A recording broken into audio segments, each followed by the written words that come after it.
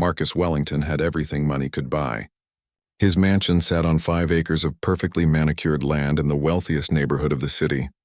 Crystal chandeliers hung from 20-foot ceilings, and marble floors reflected the light from floor-to-ceiling windows. The living room alone was larger than most people's entire homes, decorated with priceless art and furniture that cost more than luxury cars. But Marcus felt empty inside. At 42, he had built a technology empire worth hundreds of millions, yet he lived alone in his massive house. His days were filled with board meetings, investment calls, and charity galas where people smiled at him only because of his bank account. Real friendship seemed impossible when everyone wanted something from him. The only constant in his life was Maria Santos, his housekeeper. She had worked for him for 3 years, always arriving early and staying late to keep his enormous home spotless. Maria was a quiet woman in her 50s who spoke with a gentle Spanish accent. She had kind eyes that seemed to see right through his wealth to the lonely man underneath. Marcus knew very little about Maria's personal life.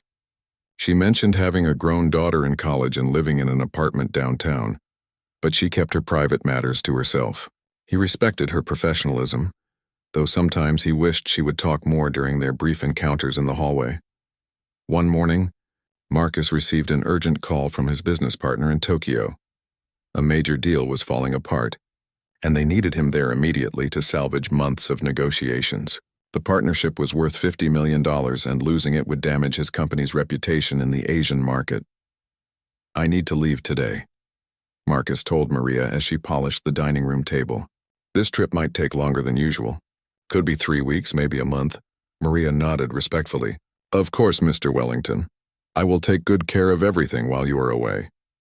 Marcus felt a strange reluctance to leave. Something in Maria's expression seemed different, more worried than usual. But the private jet was waiting and millions of dollars hung in the balance. "You have my emergency contact information," he said, grabbing his suitcase. "Call if anything important happens." The first week in Tokyo was brutal. 12-hour days of meetings, cultural misunderstandings, and legal complications that seemed to multiply overnight. Marcus barely had time to think about home, let alone check in with Maria. His world had shrunk to conference rooms and hotel suites. During the second week, he received a brief text from Maria saying everything was fine at the house. This reassured him enough to focus completely on saving the business deal. The negotiations were delicate, requiring all his attention and diplomatic skills. By the third week, Marcus and his team had finally reached a breakthrough. The Japanese partners agreed to modified terms and the deal was back on track. But just as success seemed within reach, new complications arose that would require at least another week to resolve. Marcus found himself walking through Tokyo's busy streets late at night, thinking about his empty mansion back home. The city's energy reminded him of his younger days when he was building his company from nothing. Back then, he had dreams of using his wealth to make a real difference in the world, not just accumulate more zeros in his bank account. He remembered the day he hired Maria. She had been so nervous during the interview, clutching a worn purse and speaking carefully in English. But there was something about her honesty and work ethic that impressed him. Unlike other candidates who tried to charm him with fake smiles, Maria had simply promised to take good care of his home. Now, standing in a foreign city surrounded by millions of people, Marcus realized that Maria might be the closest thing he had to family. She was the one person who saw him regularly without wanting anything except a fair day's pay for honest work. The business deal finally closed after 4 weeks of intense negotiations. Marcus felt relief, but not the satisfaction he expected. The victory seemed hollow when he had no one to share it with.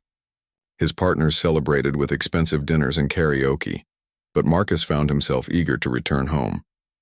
On the flight back, Marcus dozed fitfully in his first-class seat. He dreamed of his empty mansion and wondered what Maria had been doing to keep busy. The house was so large that even her daily cleaning routine couldn't possibly fill all the time. Maybe she had been enjoying having the run of the place without him around. As the plane descended toward his home city, Marcus looked out the window at the familiar skyline. The sun was setting, painting the sky in shades of orange and pink. Soon he would be back in his comfortable routine, but the thought didn't excite him as much as it should have. The taxi pulled through his private gates just as darkness fell. The mansion's exterior lights were on, casting long shadows across the lawn. Everything looked exactly as he had left it, perfectly maintained and quietly imposing. Marcus paid the driver and stood on his front steps, fumbling for his keys. After 4 weeks away, even his own front door felt foreign. He could hear faint sounds coming from inside the house, which struck him as odd. Maria usually finished her work by 6 in the evening, and it was nearly 8 o'clock.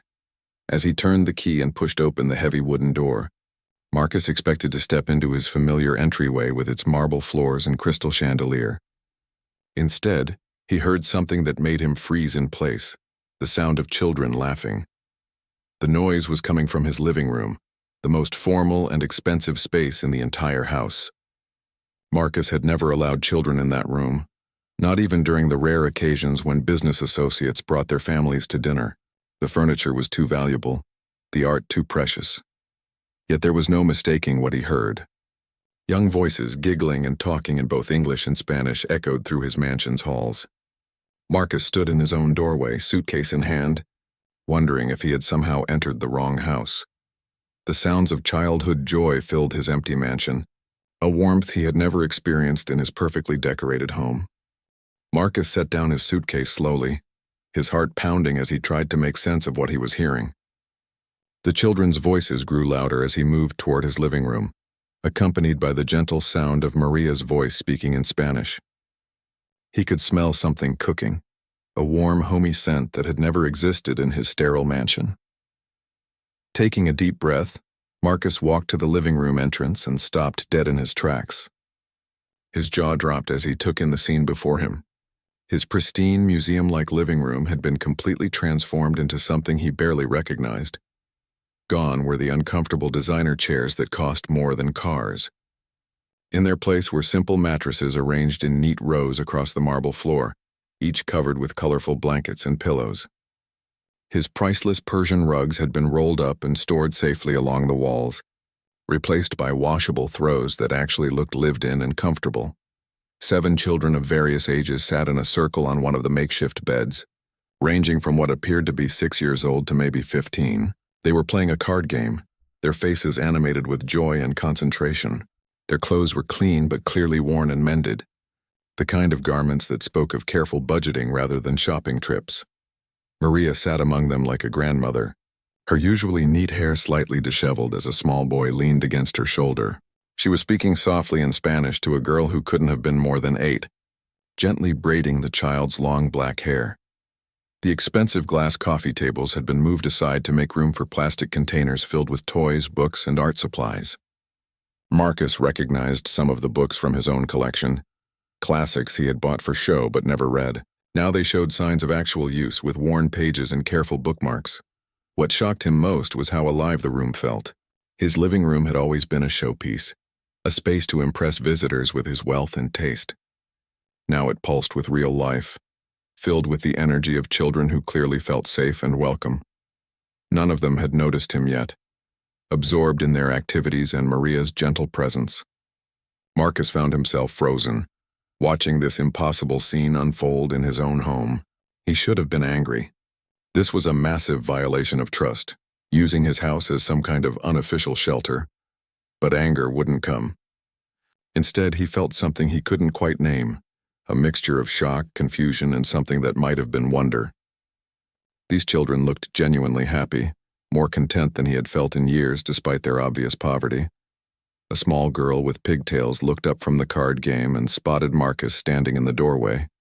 Her eyes went wide and she tugged on Maria's sleeve, whispering urgently in Spanish. The other children followed her gaze, and suddenly the room fell completely silent. Maria's face went pale as she turned and saw Marcus. She immediately stood up, smoothing down her apron with shaking hands. The children seemed to sense trouble, moving closer together like a flock of birds sensing a predator. "Mr. Wellington," Maria said, her voice barely above a whisper. "You came back early. I can explain." Marcus stepped into the room, his expensive shoes clicking on the marble floor that wasn't covered by the children's blankets. The kids watched him with wary eyes, clearly recognizing wealth when they saw it and understanding they didn't belong in this world. "Maria," Marcus said slowly, still trying to process what he was seeing. "What is this?" Before Maria could answer, the oldest boy, maybe 15 with serious dark eyes, stood up protectively in front of the younger children. Don't blame her, mister, he said in accented English. She was just helping us. We'll leave right now. The boy's bravery in the face of obvious fear struck Marcus unexpectedly. Here was a teenager willing to face down a wealthy adult to protect his makeshift family. It reminded Marcus of his own younger self, willing to fight for what mattered. Nobody's leaving yet, Marcus heard himself say, though he wasn't sure where the words came from. I want to understand what's happening here. Maria wrung her hands, tears beginning to form in her eyes. Mr. Wellington, please let me explain. These children, they have nowhere else to go. The shelters are full and it's been so cold at night. I couldn't just let them sleep on the streets. A little girl, maybe 7 years old, stepped forward timidly. She had been the one getting her hair braided, and half of it still hung loose around her shoulders. Are you going to call the police on us? She asked in perfect English, her voice small but brave. The question hit Marcus like a physical blow. These children were so young, yet they already knew to fear authority figures who might separate them from the only safety they had found. How had they ended up homeless? Where were their families? No, Marcus said firmly, surprised by his own certainty. I'm not calling anyone. Relief flooded Maria's face, though she still looked terrified. The children remained huddled together, unsure whether to trust this wealthy stranger who had appeared in their temporary sanctuary. Marcus looked around the room again, this time noticing details he had missed. The children's belongings were neatly organized in small piles, showing respect for his property despite their desperate circumstances. Maria had clearly established rules and routines, maintaining order even in this chaotic situation. How long have they been here? Marcus asked. 2 weeks, Maria admitted. It started with just Carlos and Sofia. She gestured to the oldest boy and the girl with pigtails. They were sleeping behind the grocery store where I shop. It was raining and they looked so cold and hungry. Marcus noticed that Maria had used his first names for the children, not the distant formality she always maintained with him. These weren't just homeless kids to her. They had become her family. Then word spread, Maria continued. Other children heard about a safe place to sleep. I know I should have asked your permission, but you were so far away, and they needed help immediately. The youngest child, a boy who couldn't have been more than 6, was clutching a stuffed animal that had clearly seen better days. He kept glancing between Marcus and the doorway, as if calculating whether he could run if necessary. Marcus realized that his next words would determine not just whether these children had a place to sleep tonight, but whether they would trust adults again. He thought about his empty mansion, his lonely dinners, his purposeless wealth. Are you all hungry? He asked finally. The question seemed to catch everyone off guard. The children looked to Maria for guidance, unsure how to respond to kindness from someone they had expected to throw them out. We already ate, Maria said quickly. I used some of the food from your kitchen. I will pay you back for everything. Marcus shook his head. That's not what I meant. I'm asking if you'd like me to order some real dinner. Pizza, maybe? Something the kids would enjoy? For the first time since he'd walked in, Marcus saw smiles begin to appear on the children's faces. The prospect of pizza was apparently universal among kids regardless of their circumstances. The transformation in the room was immediate. At the mention of pizza, the children's faces lit up with genuine excitement, their earlier fear beginning to fade. Marcus pulled out his phone and ordered 6 large pizzas with different toppings, along with sodas and breadsticks, ignoring the surprised look from Maria. While they waited for the food, Marcus found himself sitting cross-legged on one of the makeshift beds, something he never would have imagined doing in his formal living room. The children gradually warmed up to him, especially when he asked about their card game and genuinely listened to their animated explanations of the rules. This is explained Sophia, the girl with pigtails. But we made up some new rules because we lost some cards. Want to play? Marcus couldn't remember the last time someone had invited him to play a simple game just for fun. I'd like that, he said, accepting a handful of worn cards. As they played, the children began sharing their stories without prompting. Carlos, the 15-year-old who had stood up for the others, had been living on the streets for 6 months after aging out of foster care. Sophia was his little sister, and he had taken responsibility for her when their foster family only wanted to keep one child. Carlos takes good care of me, Sophia said proudly, leaning against her big brother. He makes sure I go to school every day, even when we don't have a place to sleep. Marcus felt his throat tighten. Here was a teenager who had taken on the responsibility of parenthood, sacrificing his own childhood to protect his sister. Meanwhile, Marcus had more money than he could spend in 10 lifetimes and had never taken care of anyone but himself. 8-year-old Elena told him about living with her grandmother until she got too sick to work. Abuela tried to keep me, but she couldn't afford rent anymore. The nice lady from the church said she'd find me a family, but that was 3 months ago. The youngest boy, Miguel, had been abandoned at a bus station with only his stuffed elephant and a note saying his mother couldn't take care of him anymore. He was 6 years old and still believed she might come back for him someday. Each story broke Marcus's heart a little more. These weren't statistics or news reports about homelessness. These were real children with real pain, sitting in his living room and trusting him with their most vulnerable moments. When the pizza arrived, Marcus had the delivery driver bring it around to the back entrance to avoid any awkward questions about why a millionaire was hosting a children's sleepover. The kids fell on the food with the enthusiasm of people who never knew where their next meal was coming from. "Slow down," Maria said gently. "There's plenty for everyone." But Marcus noticed how the older children, especially Carlos, still ate quickly and saved portions in napkins, habits formed from never knowing when food might be available again. The sight made him lose his own appetite. As the evening progressed, Marcus learned more about Maria's secret operation. She had been using her own money to buy extra food and supplies, working extra hours to clean up after the children while maintaining her regular duties. She had established rules about quiet time, chores, and respect for the house. "They help me clean," Maria explained. "Everyone has jobs appropriate for their age. They understand this isn't their house, but they treat it with care." Marcus looked around and realized she was right. Despite the dramatic transformation of his living room, everything valuable had been carefully protected. The children had been living here for 2 weeks without damaging anything, showing more respect for his property than some of his wealthy guests. "Where do they go during the day?" Marcus asked. "School for the ones who are enrolled," Maria said. "The others come with me to do errands or stay here quietly.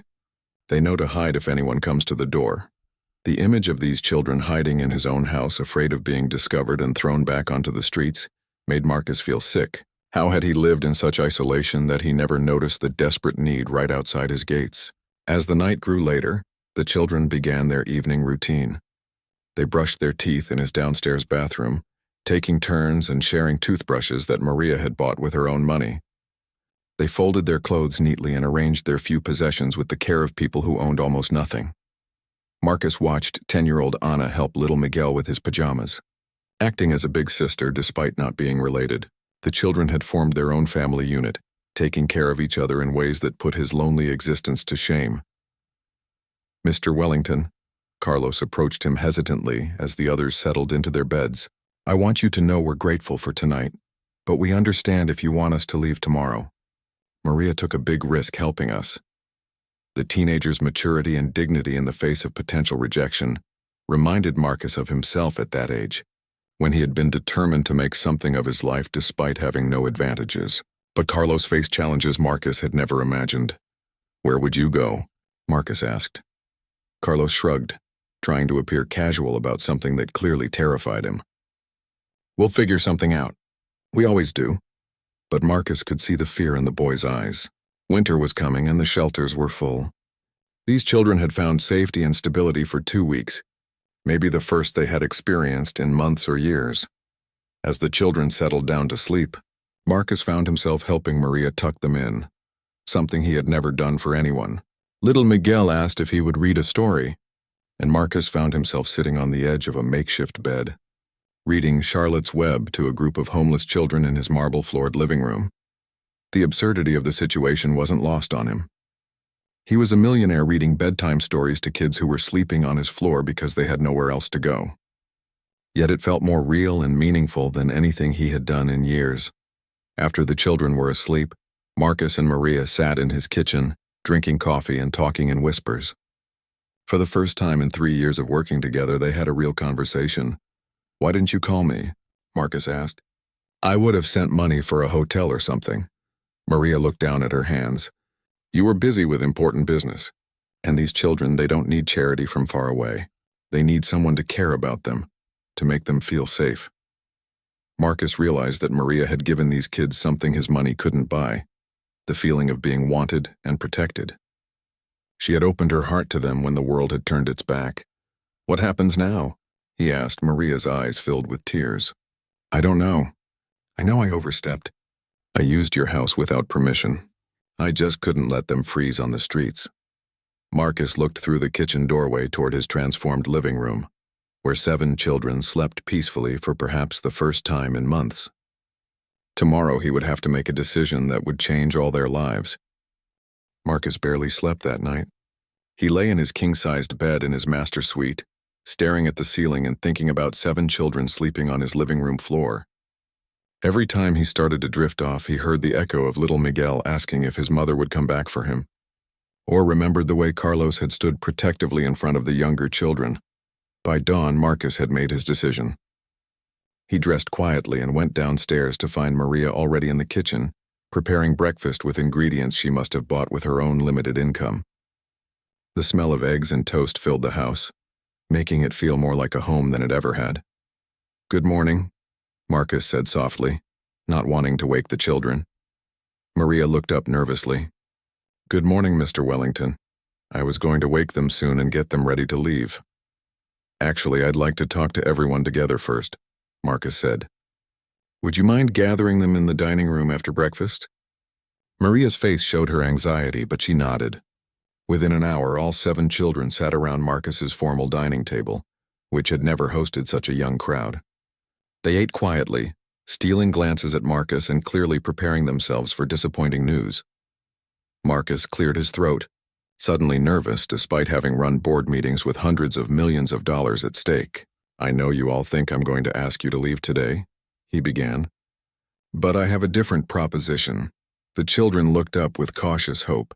Carlos reached for Sophia's hand under the table. "I've been thinking all night about this house," Marcus continued. "It's huge, way too big for one person. Most of the rooms sit empty year after year. Meanwhile, you're all sleeping on the streets or in overcrowded shelters." He paused, looking at each child's face. "What if you didn't have to leave? What if this became a real home for all of you?" The silence that followed was deafening. Elena's fork stopped halfway to her mouth. Little Miguel hugged his stuffed elephant tighter. Even Maria looked stunned. "You mean it?" Sophia whispered. "I mean it," Marcus said firmly. "But there would be conditions, rules that everyone would have to follow." Carlos straightened up, ready to hear the catch.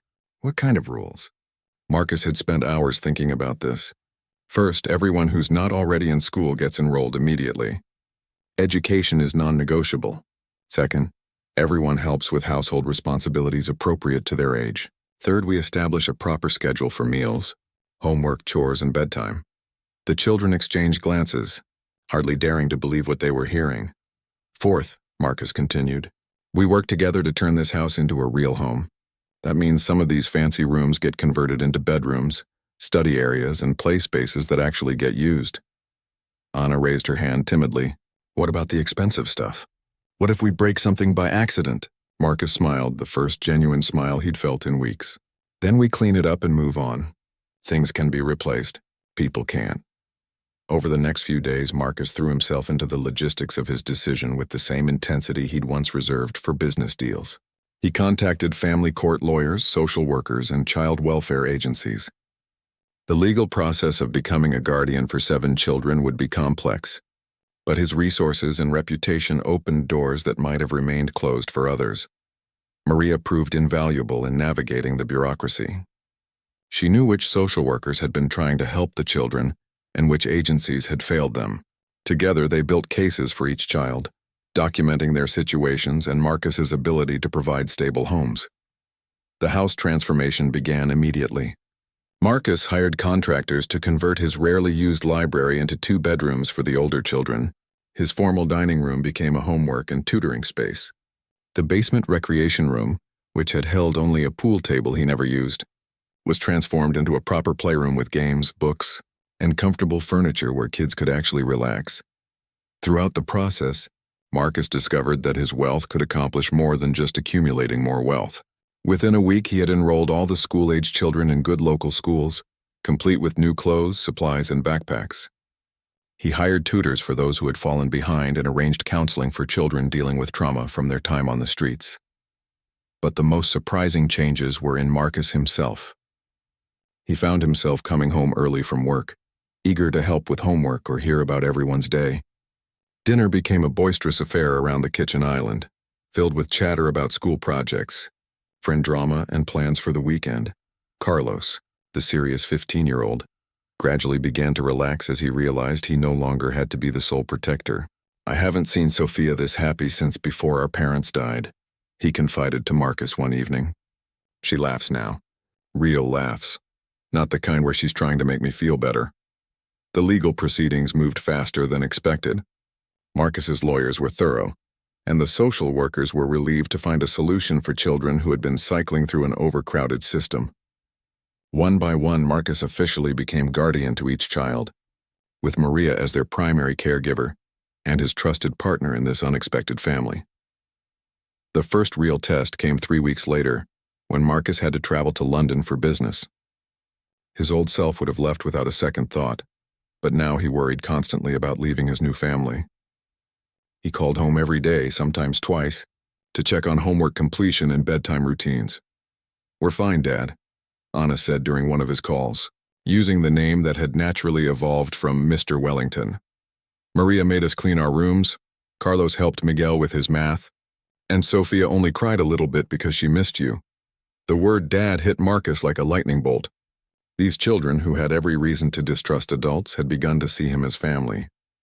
He cut his London trip short by 2 days, claiming urgent matters at home.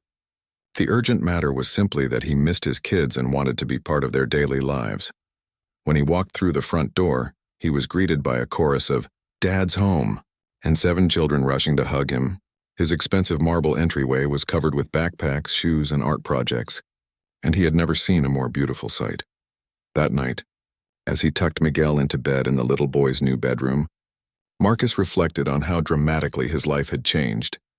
A month ago, he had been a lonely millionaire living in an empty mansion. Now he was a father to 7 children who needed him not for his money, but for his presence and love.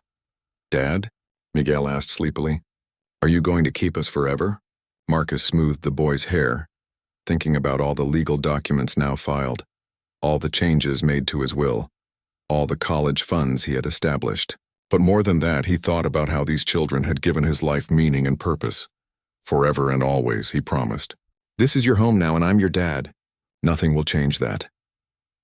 As he turned off the light, Marcus knew that the scared, lonely man who had left for Tokyo was gone forever. In his place was someone better, a father who had discovered that the greatest wealth wasn't money in the bank but love in the home. 6 months later, Marcus hardly recognized his own life.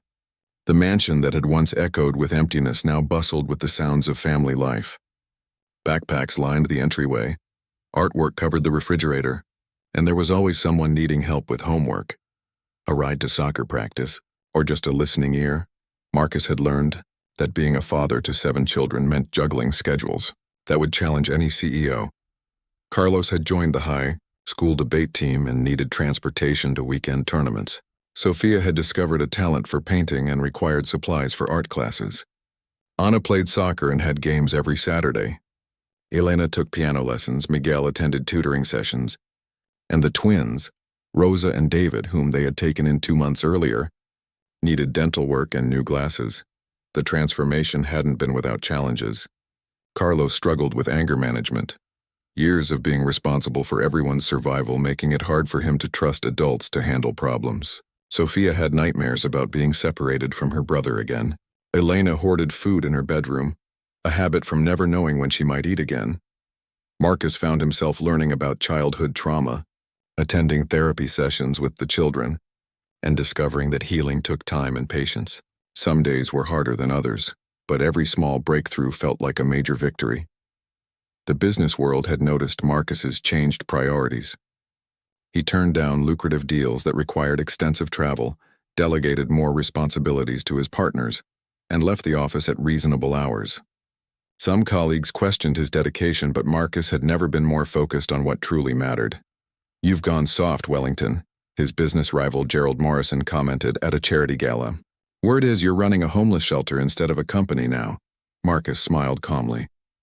"I'm running a family, Gerald, and my company is doing better than ever because I finally understand what I'm working for." It was true. Having a reason to come home had energized Marcus in ways he never expected. His creativity in business had increased, His stress levels had decreased, and his leadership style had become more collaborative and empathetic.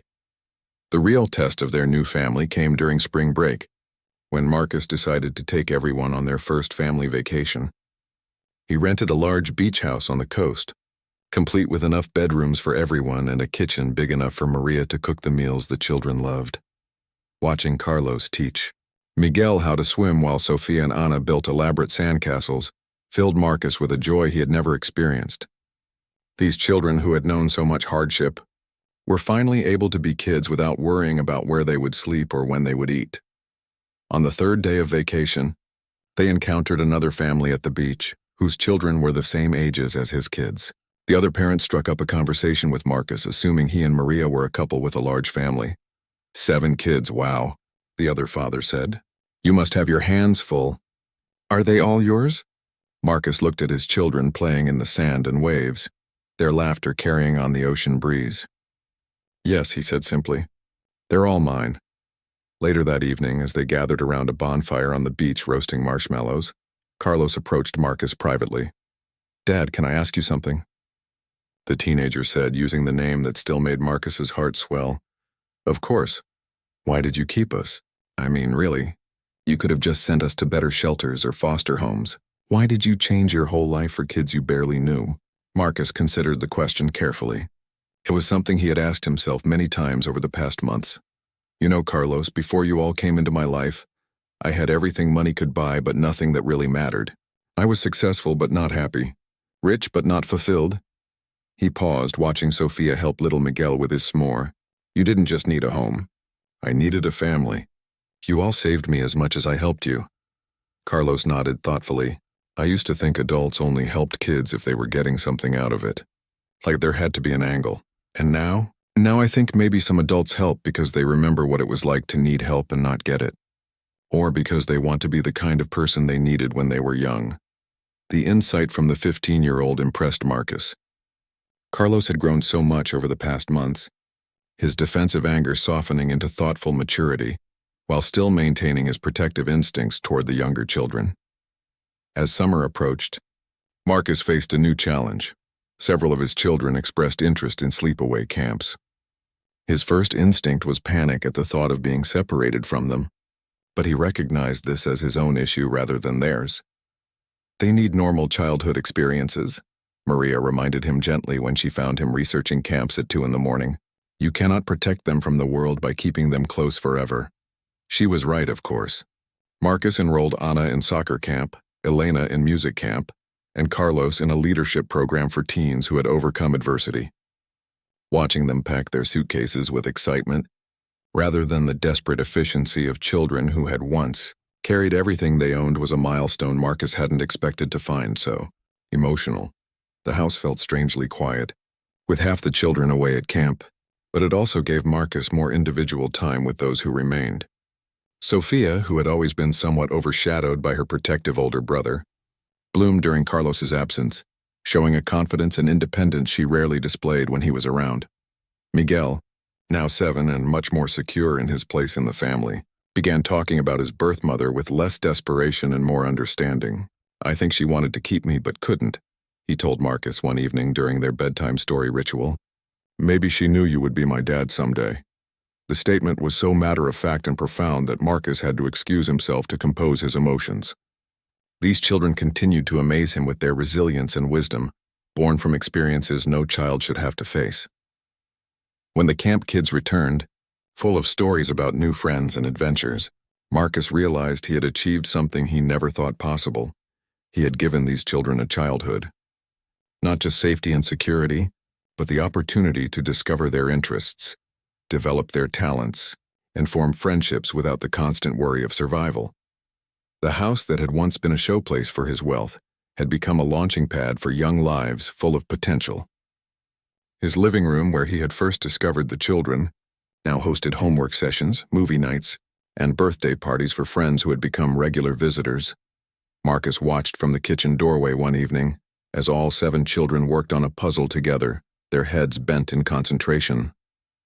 The scene reminded him of that first night when he had walked in to find them playing cards. The difference now was the security in their faces.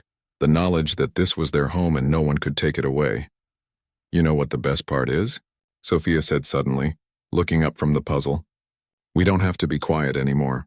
We can laugh and play and be loud because this is our house too. Her simple observation captured something Marcus had never fully realized.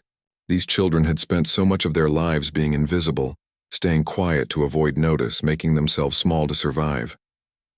Now they could take up space, make noise, and exist fully without fear. As autumn arrived, Marcus began receiving calls from other wealthy individuals who had heard about his unusual family situation. Some were genuinely interested in how they might help homeless children in their own communities. Others seemed motivated more by curiosity than compassion. I heard you've turned your house into some kind of orphanage, one business acquaintance said over lunch. Isn't that a bit much? There are professionals who handle these things. Marcus set down his fork and looked directly at the man. These aren't cases to be handled. They're my children. And yes, there are professionals, but the system failed them. Sometimes you have to step up personally. Word of Marcus's transformed life began spreading in ways he hadn't expected. A local news station requested an interview, which he declined, wanting to protect his children's privacy. But stories leaked anyway, and soon he was receiving calls from organizations working with homeless youth, asking for his support and advice. Marcus realized he could do more than just save 7 children.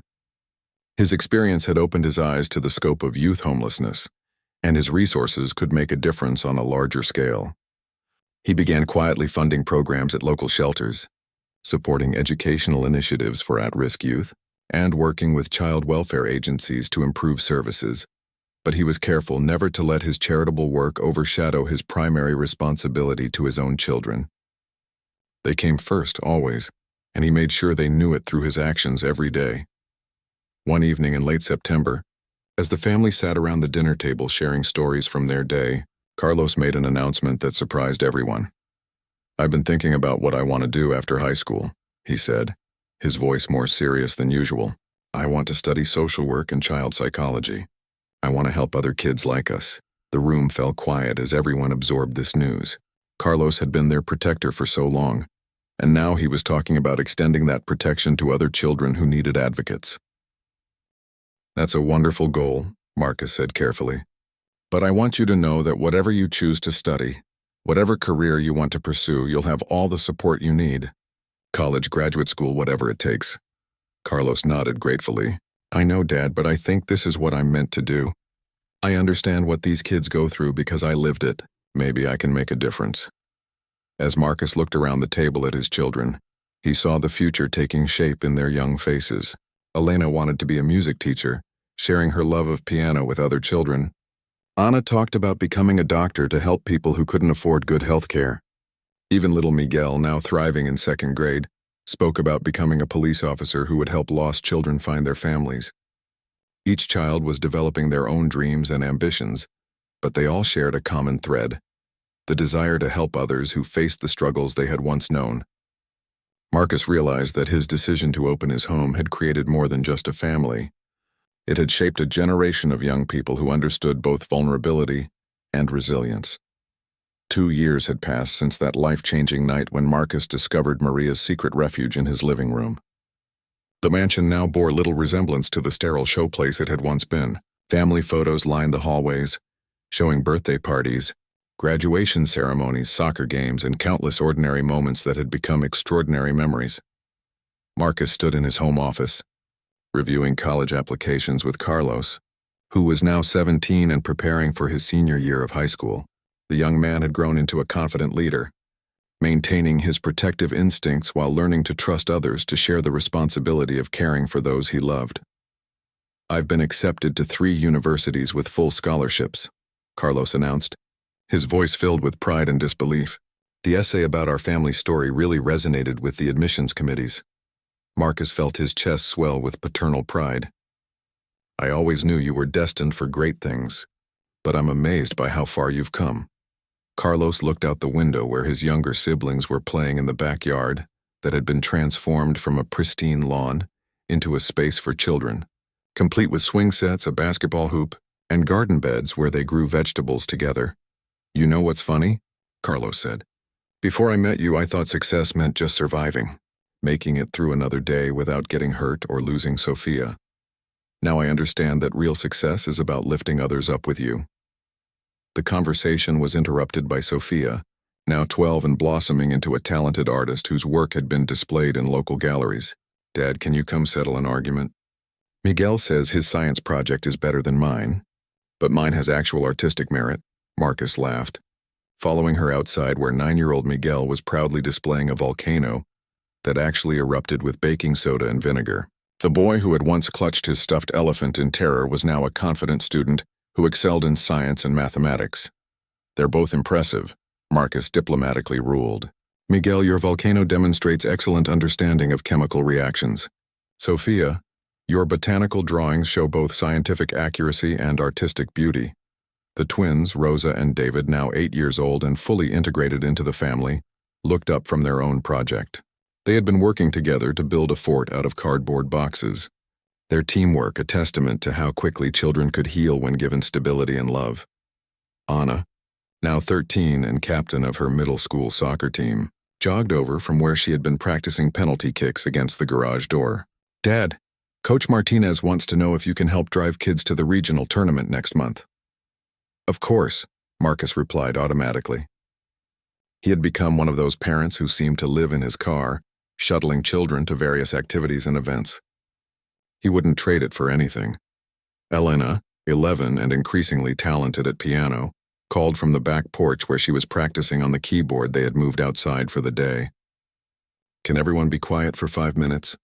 I'm trying to perfect this piece for my recital next week. The respectful silence that followed showed how the children had learned to support each other's interests and achievements. This was something Marcus had worked hard to cultivate, ensuring that each child felt valued for their individual talents while maintaining their bond as a family unit. As evening approached, the family gathered for dinner around the large table Marcus had installed in what used to be his formal dining room. The conversation flowed as it always did, covering everything from school drama to world events, with each child contributing their perspective. During dessert, Marcus received a phone call that would change their lives once again. He stepped away to take it, returning a few minutes later with a serious expression that immediately caught the children's attention. That was Mrs. Patterson from Child Services, he said, sitting back down. There's a situation she wanted to discuss with us. The children grew quiet, old anxieties surfacing despite their secure lives. Any mention of Child Services still triggered memories of uncertainty and fear. There's nothing wrong, Marcus quickly reassured them, but there's a 15-year-old girl named Isabella who needs emergency placement. Her foster family had to give her up due to a medical crisis and all the group homes are full. He looked around the table at his family. Mrs. Patterson knows about our situation and wondered if we might consider taking her in temporarily, while they find a permanent placement. The children exchanged glances, silently communicating in the way families do. Finally, Carlos spoke up. What's her story? He asked. Marcus explained what little he knew. Isabella had been in foster care since she was 8, cycling through multiple homes due to behavioral issues that stemmed from early trauma. She was intelligent but struggled in school, talented in art but had difficulty trusting adults. She sounds like she needs what we all needed, Sophia said quietly. A real family, Anna nodded in agreement. We have room. My room is big enough to share. Mine too, Elena added. Miguel, always the practical one despite his young age, raised his hand. Will she like science experiments? Because I could show her how to make stuff explode safely. Marcus felt tears prick his eyes. These children, who had once been desperate and forgotten, were ready to open their hearts and home to another child in need. They understood better than most adults what it meant to be unwanted and were determined to ensure no one in their family would feel that way. Let's talk about this seriously, Marcus said. Taking in another child isn't just about having space. It means adjusting our routines, sharing resources, and being patient while she learns to trust us. Maria, who had been quietly listening, spoke up from where she was clearing dishes. We managed with 7 children when we started with just 1. 8 is simply one more place at the table and one more heart to love. Over the next hour, they discussed the practical implications and emotional considerations. The children asked thoughtful questions about Isabella's needs, her interests, and how they could help her feel welcome. I remember what it was like. Carlos said finally. Standing in a stranger's house, not knowing if they really wanted you or if you were just a temporary inconvenience. We can make sure she never feels that way. The consensus was unanimous. They would welcome Isabella into their family, just as Marcus had welcomed each of them. 2 days later, Marcus waited at the front door as Mrs. Patterson's car pulled up the driveway. Through the window, he could see a teenage girl with dark hair and wary eyes, clutching a small duffel bag that probably contained everything she owned in the world. Behind Marcus, his children had gathered in the entryway, nervous but excited to meet their new sister. They had spent the morning preparing Anna's room, decorating it with welcome signs and small gifts to help Isabella feel included. As the car door opened and the girl stepped out, Marcus was transported back to that first night when he had discovered children in his living room. Once again, a young person in need was crossing his threshold, and once again, his life was about to change in ways he couldn't imagine. But this time, he wasn't facing the challenge alone. This time, he had a family to help him, and they were all ready to prove that love could multiply infinitely when hearts were open to receive it. 5 years had passed since Marcus first discovered Maria's secret refuge, and the Wellington household had become something neither he nor anyone else could have imagined. What started as a millionaire's empty mansion had evolved into a thriving home that served as both family sanctuary and informal community center. Isabella had been with them for 3 years now, transforming from a defensive, angry teenager into a confident 18-year-old preparing for college. Her artistic talents had flourished under the family's encouragement, and her paintings now decorated the walls alongside Sophia's drawings and Elena's certificates from piano competitions. The morning of Carlos's college graduation dawned bright and clear. Marcus stood in the kitchen, adjusting his tie while watching the controlled chaos of his family preparing for the ceremony. At 21, Carlos had graduated summa cum laude with degrees in social work and psychology, already accepted to graduate school with full funding. "Dad, have you seen my good shoes?" called out Miguel, now 11 and shooting up in height almost daily. "Check under the stairs," Maria called back, her hair now more gray than black, but her energy unchanged. She had become far more than a housekeeper over the years, evolving into the family's heart and Marcus's co-parent in every sense that mattered. Sophia, now 15 and preparing for high school, rushed through the kitchen carrying a large poster she had made for her big brother. "Do you think he'll cry when he sees this?" she asked Marcus with the grin that still reminded him of that 8-year-old girl playing cards in his living room. "Probably," Marcus admitted. "I know I will." The graduation ceremony was held outdoors on the university campus, with families spreading blankets and setting up chairs on the grass. The Wellington family took up an entire section, with Marcus, Maria, and all 7 children plus Isabella, creating a cheering section that drew amused looks from other families. When Carlos's name was called, they erupted in applause and shouts that could probably be heard across campus. Marcus watched through tears as the young man he had first met as a scared, defensive teenager walked across the stage to receive his diploma, his head held high with dignity and accomplishment. During the reception afterward, Carlos sought out Marcus in the crowd of graduates and families. "Dad," he said, and even after all these years, the words still made Marcus's heart skip. "I have something I want to tell you." He led Marcus to a quieter area under some trees where they could talk privately. "I got the call yesterday," Carlos said, his voice filled with excitement and nervousness. "The MacArthur Foundation approved my proposal. They're funding my nonprofit to work with homeless youth." Marcus felt pride and amazement wash over him. "Carlos, that's incredible. Tell me about it." The young man's eyes lit up as he described his vision, a comprehensive program that would combine emergency shelter, education support, counseling, and job training for teenagers aging out of foster care or living on the streets. "I want to call it Safe Harbor," Carlos said. "And I want to base it on what you taught us here. Not just giving kids a bed and food, but giving them a family, a sense of belonging, and the tools to build their own futures." As Carlos spoke, Marcus realized that his decision to open his home had created ripple effects far beyond what he had ever imagined. Carlos wasn't just pursuing a career, he was launching a movement based on the love and security he had experienced in their household. "I want you to be on the board of directors," Carlos continued. Your business experience and connections could help us scale the program to help hundreds of kids instead of just the few we can house directly. Marcus didn't hesitate. I'd be honored. Over the following months, Safe Harbor took shape with remarkable speed. Marcus used his business networks to secure funding and partnerships, while Carlos's personal experience and academic training provided the program's foundation. They found a large building that could be converted into both residential space and program facilities. The Wellington home remained the heart of their original family, but it also became the inspiration for Safe Harbor's approach.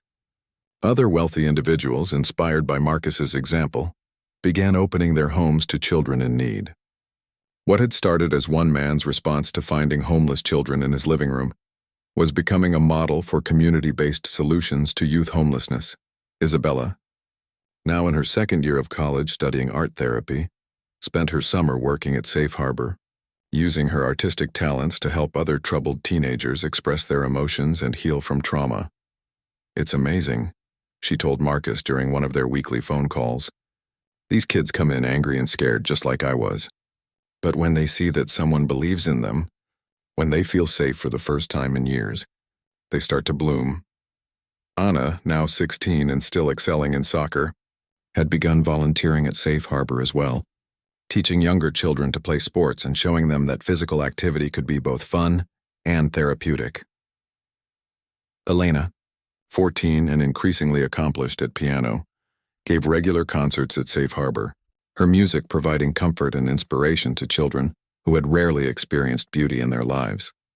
Even Miguel and the twins, now 11 and 10 respectively, were involved, helping with art projects and reading to younger children in the program. The changes in the Wellington house itself reflected the family's evolution. Marcus had long ago stopped thinking of it as his mansion and begun seeing it as their home. The formal rooms had been completely repurposed into spaces that served the family's real needs. A music room for Elena, an art studio for Sophia and Isabella, a study area where homework happened every afternoon, and a large family room where they gathered for movies and games. One evening in late fall, as Marcus was reviewing Safe Harbor's quarterly reports, he heard familiar sounds of laughter from the living room. Walking to the doorway, he saw a scene that perfectly bookended his journey. All 8 of his children were sitting in a circle on the floor, playing a card game and teasing each other with the easy affection of siblings. Maria looked up from her knitting and caught his eye. "Remember that first night?" she asked softly. Marcus nodded, thinking about the scared millionaire who had walked into this room 5 years earlier to find homeless children sleeping on his floor. That man had thought he was successful because he had accumulated wealth. Now Marcus understood that success wasn't measured in dollars but in the lives you touched and the love you created. Carlos called from across the room, "Dad, come play with us. We need one more person for this game." As Marcus joined his children on the floor where it had all begun, he reflected on the unexpected journey that had brought them all together. He had set out to save 7 homeless children, and ended up discovering that they had saved him instead.